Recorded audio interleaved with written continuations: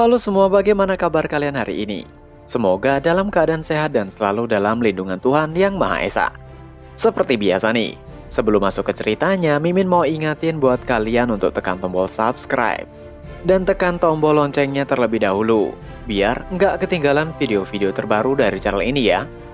Selagi nonton, bisa kalian sempatkan tekan tombol like dan tinggalkan komen kalian di bawah, biar makin rame video kita yang satu ini. Disclaimer, untuk para subscriber channel Storytime, cerita ini hanya karya fiksi. Segala tindakan yang ada dalam ceritanya hanyalah imajinasi semata.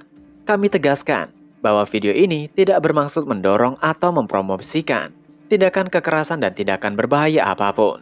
Dimohon untuk kalian dapat memahaminya dengan baik. Tanpa menunda dan banyak basa-basi, langsung masuk ke ceritanya. Cerita kita lanjutkan. Di pembahasan terakhir, Billy Dwan berpamitan pada Baekpyo dan mengatakan bahwa itu adalah pertemuan terakhir mereka, jika takdir mengizinkan mereka untuk bertemu kembali. Baekpyo tidak mengatakan apapun dan hanya menatap Billy Dwan yang melangkah keluar. Tapi saat itu Billy Dwan merasakan hal yang mengejutkan. Dia segera berbalik melihat ke arah di mana Asura Wisdom Kingsword berada. Dia merasakan bahwa pedang itu menangis. Dan hal yang tidak terduga terjadi. Saat itu, pajangan pedang di dinding kedai hancur berkeping-keping. Itu mengejutkan semua orang. Apalagi saat itu pedang yang sebenarnya dalam pajangan itu terungkap. Billy Dwan merasa bahwa pedang itu memanggilnya. Pedang itu mengeluarkan aura seolah ingin bergerak, tertempel di dinding dengan kokoh. Baekpyo yang melihat hal tersebut menunjukkan keterkejutan yang luar biasa. Dia bergumam menanyakan, mengapa Asura Wisdom Kingsword menangis? Selama ini atau selama bersama dengan pemimpin aliansi, dia tidak pernah melihat Asura Wisdom Kingsword seperti itu. Jadi mengapa sekarang pedang itu seolah menangis? Guantao yang melihat ada pedang di dalam hiasan dinding, dan seolah pedang itu meronta menanyakan, apakah itu pedang? Ada pedang di dalam hiasan dinding. Mengapa pedangnya mengeluarkan suara yang begitu keras? Di sisi Billy Dwan, dia tidak bisa mengatakan apapun. Dia memandang pedang itu dengan perasaan tidak menentu. Ada kekhawatiran dan juga keterkejutan. Yang kemudian Billy Dwan dengan nada kesal berbalik mengatakan cukup untuk omong kosongnya. Lebih baik mereka segera pergi. Melihat tingkah Billy Dwan yang semakin tidak menentu, membuat Baekpyo dan Guantao merasa bingung. Namun semakin jauh Billy Dwan menjaga jarak dari pedang tersebut, suara dengungan pedang semakin keras. Bahkan tubuh Billy Dwan merasa bergetar akibat resonansi Wisdom Kingsword. Suaranya semakin keras dan keras. Guantao yang tidak bisa menahan sampai menutup telinganya. Tangisan pedang itu memekakan telinga yang bisa mendengarnya. Baekpyo tidak bisa mengatakan apapun. Dia hanya bisa terdiam memandang Wisdom Kingsword. Billy Dwan berhenti mengambil langkah lain. Dia berdiri kaku. Baekpyo menoleh ke arah Billy Dwan dengan heran. Dia bergumam. Bagaimana mungkin pedangnya beresonansi seperti itu? Billy Dwan masih diam dengan ekspresi penuh kesedihan. Baekpyo meneruskan gumamannya. Bagaimana mungkin pedang itu bereaksi pada Tuan Muda Billy? Apakah ada yang salah? Atau apakah sesuatu akan terjadi? Dia memandang punggung Billy Dwan dengan sejuta pertanyaan yang tidak bisa terjawab. Billy Dwan masih diam. Sikapnya yang dulu tenang dan dingin kini menunjukkan ketidaktenangan. Dia menelan ludah bergumam menanyakan, apa yang terjadi? Dia melirik ke arah Wisdom Kingsword melanjutkan. Dulu pedang itu tidak pernah menangis seperti ini. Tapi mengapa sekarang begitu rewel setelah mereka tidak bertemu beberapa waktu? Billy Dwan membatalkan niatnya untuk pergi meninggalkan kedai minuman. Dia berbalik dan berjalan menuju tempat di mana Wisdom Kingsword berada. Baekpyo yang ada di belakang Billy Dwan hanya memandang punggung Billy Dwan yang berjalan mendekati dinding. Sebelum menyentuh pedang tersebut, Billy Dwan menoleh ke arah Baekpyo.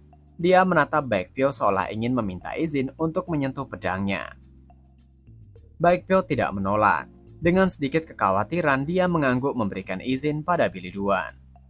Tidak ada yang tahu apa yang akan terjadi, tapi semua telah diperhitungkan. Jadi Baekpyo telah memberikan izin. Billy Duan mendekati Wisdom Kingsword dan meraihnya dari pajangan dengan kedua tangannya. Melihat tidak ada tangisan lagi dari pedang yang kini berpindah di tangan Billy Duan, membuat Baekpyo dan Guantao terkejut. Mereka tidak menyangka bahwa pedang itu benar-benar akan diam. Billy Duan segera menarik pedang dari sarungnya. Energi meluap seolah energi tersebut telah terkumpul dalam waktu yang lama. Billy Duan segera menghunus Wisdom Kingsword ke depan bergumam. Pedang itu seolah-olah mengatakan, sudah lama mereka tidak berjumpa. Gambaran Tian Henji muncul dalam benak Billy Duan ketika menghunuskan pedang tersebut. Billy Duan bergumam, mengingat masa lalunya bersama dengan pedang tersebut. Ia tidak pernah merasakan hubungan emosional dengan Asura Wisdom Kingsword selama 70 tahun. Saat Billy Duan merenung, suara Baekpyo yang kini telah berdiri di belakang Billy Duan mengatakan sebuah pertanyaan. Siapa Billy Duan?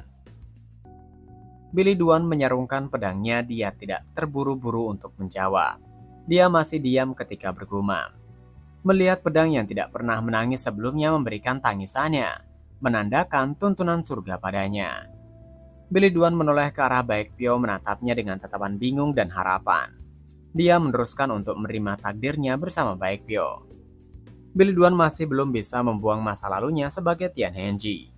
Jadi dia masih merasa dirinya Tian Henji yang berdiri di depan Baekpyo. Baekpyo sendiri masih diam menunggu jawaban dari Billy Duan. Billy Duan dengan tegas mengatakan bahwa dirinya adalah Billy Duan, pewaris dari keluarga Billy. Mendengar jawaban yang sepertinya telah Baekpyo sendiri duga, dia terdiam. Apa yang ia harapkan? Apakah dia mengharapkan jawaban Billy Duan mengakui dirinya adalah Tian Henji? Billy Duan meneruskan, orang yang tidak seharusnya menduduki posisi pemimpin aliansi telah menjadi pemimpin aliansi, dan hasilnya akan menuntun dunia murim ke dalam kekacauan. Itu adalah pemikiran Billy Duan dan kata hatinya. Mendengar kata-kata itu, Baekpyo sekali lagi terdiam. Kata-kata tersebut sepertinya menyentuh hatinya. Dia masih tidak mengatakan apapun dan terus menunggu kata-kata lainnya keluar dari mulut Billy Duan. Billy Duan dengan tatapan sayu meneruskan, tentunya ia akan menghentikan itu. Dia menoleh menatap Baekpyo dengan sebuah pertanyaan keluar dari mulutnya. Apakah Baekpyo mau bergabung dengannya menghentikan semua ini? Baekpyo sekali lagi masih diam. Dia tidak bisa mengatakan apapun. Waktu berlalu keesokan harinya di sebuah penginapan. Terlihat Guantao tengah membersihkan sebuah meja. Ekspresinya menunjukkan kekhawatiran dan kegelisahan. Master Zeng mendekati Guantao dan menegurnya. Guantao membersihkan meja penginapan. Apakah itu wajar? Guantao dengan bergurau menyebut Master Zeng sebagai pengkhianat yang muncul. Alasan Guantao mengatakan Master Zeng sebagai pengkhianat adalah ketika dia menemui Baekpyo, Billy Duan yang mencari keberadaan Guantao pada akhirnya mengatakan bahwa Guantao pergi menemui Baekpyo. Master Zeng saat itu mengatakan maafnya. Kebetulan waktu itu ia bertemu Tuan Muda Billy saat dia mencarinya. Ia tidak bisa mengatakan apapun selain mengatakan kebenarannya. Guantao hanya menghela napasnya setelah mendengar penjelasan Master Zeng. Guantao mengatakan bahwa apa yang Master Zeng lakukan itu sudah benar. Tuan Muda Billy Duan datang di waktu yang tepat dan semuanya berjalan lancar. Dengan masih terus membersihkan meja, Guantao mengatakan, tentu ia cukup terkejut dengan penampilan Tuan Muda Billy Duan. Master Zeng yang melihat Guantao terus membersihkan meja sembari bercerita terdiam heran. Karena tidak bisa menemukan jawabannya, dia menanyakan secara langsung, tapi mengapa Guantao bersih-bersih? Guantao menjelaskan bahwa ia bersih-bersih ketika merasa gelisah. Membersihkan sesuatu yang kotor bisa menenangkan pikirannya. Master Zeng mengelus jenggotnya menimpali. Ia bisa memahami perasaan Guantao. Jika itu dirinya, ia akan melakukan perhitungan. Guantao terkejut dengan fakta tersebut. Dia menanyakan perhitungan seperti apa yang Master Zeng lakukan. Master Zeng mengatakan dengan senyuman bahwa ia hanya memikirkan banyak hal tentang berapa banyak penghasilan dari perdagangan di Shandong dan penghasilan yang bisa didapatkan penginapan ini dalam satu hari. Guantao semakin terkejut dan ditambah dengan heran. Dia menanyakan mengapa Master Zeng melakukan hal yang memusingkan seperti itu. Dia menanyakan pertanyaan lain. Apakah masuk Master Zeng? Dirinya yang bersih-bersih sama seperti Master Zeng yang melakukan perhitungan? Master Zeng membenarkannya, tapi ia merasa caranya lebih masuk akal. Guantao terkejut tidak percaya, namun kemudian mereka berdua tertawa bersama. Gurauan mereka nyambung meski terpaut usia yang tidak sedikit. Master Zeng yang telah berhasil menghibur Guantao menanyakan hasilnya. Bagaimana hasil dari masalah yang Guantao buat? Guantao menunduk dan senyuman lembut muncul di wajahnya. Dia mengatakan untuk hasilnya mereka masih harus menunggu. Berpindah di kedai Baekpyo. Hari masih dingin. Ming, putra semata wayang Baekpyo tengah bermain salju, sedangkan Baekpyo berada di dalam kedai. Dia tersenyum karena rasa hangat dalam hatinya. Saat itu sang istri, Lee Munji, muncul di sampingnya dan ikut memandang di mana Baekpyo matanya tertuju. Munji saat itu terkejut. Matanya terbelalak melihat sesuatu di samping meja, yaitu dua buah pedang tersandar di meja depan mereka. Munji duduk di depan Baekpyo menanyakan, apakah Baekpyo melihat salju pertama? Baekpyo tidak menjawab namun dengan anggukan menandakan dia memang melihat salju pertama. Munji tersenyum dan mengucapkan syukur. Dia merasa bahwa sang suami akhir-akhir ini tidak merasakan nyaman. Jadi dia menanyakan itu hanya untuk menghiburnya sedikit. Baekpyo tiba-tiba mengatakan apa yang ada dalam hatinya. Bahwa ada orang yang memintanya untuk kembali ke Jianghu. Munji sedikit terkejut menanyakan siapa orang itu. Baekpyo mengatakan bahwa orang itu adalah pewaris dari keluarga yang tinggal jauh di Shandong. Ia tidak tahu orang seperti apa dia. Memang, Baekpyo tidak mengetahui Biliduan secara keseluruhan. Namun dia merasakan ada sesuatu yang familiar darinya. Munji menimpali, orang itu pasti sangat baik. Senyuman tergambar di wajah Munji ketika mengatakan hal itu. Baekpyo yang mendengar dan melihat istrinya yang tersenyum terkejut. Dia penuh tanya ketika ekspresinya menunjukkan penasaran. Munji mengatakan, jika orang itu bukan orang baik, tidak mungkin Baekpyo kebingungan dan gelisah seperti itu. Baekpyo terdiam. Istrinya mengatakan kebenaran. Dia bergumam memang benar, ada sesuatu yang membuatnya tertarik pada Biliduan dari ketika mereka pertama kali bertemu. Ia tidak akan kebingungan seperti ini jika hanya itu alasannya. Karena mau sehebat apa orang yang mengajaknya, ia tidak berniat melayani siapapun selain pemimpin aliansi Tianhenji. Namun, Asura Wisdom Kingsword mengeluarkan tangisannya. Dikatakan, pedang berharga seperti Asura Wisdom Kingsword memilih tuannya. Ia yakin sekali bahwa Asura Wisdom Kingsword telah memilih Biliduan sebagai tuan barunya. Baekpyo menatap ke arah Wisdom Kingsword yang ada di sampingnya. Dia melanjutkan gumamannya. Dan ketika ia melihat tuan muda Biliduan, entah mengapa ia mengingat pemimpin aliansi Tianhenji. Dari ketika dia muncul untuk pertama kali dan duduk di tempat yang sama, tempat yang biasanya pemimpin aliansi gunakan, di tepi jendela. Setelah merenung sejenak, Baekpyo mengatakan, Tuan muda Biliduan yakin bahwa dunia murim akan kembali kacau. Dan katanya, Tuan muda Biliduan ingin melindungi dunia ini. Baekpyo menghela napas dalam-dalam meneruskan. Sejujurnya, ia kurang yakin tentang apa yang harus ia lakukan. Kebingungan menjadi semakin besar dalam hati Baekpyo. Tapi saat itulah kata-kata dari istrinya mengejutkannya. Yang mana istrinya mengatakan untuk Baekpyo pergi saja.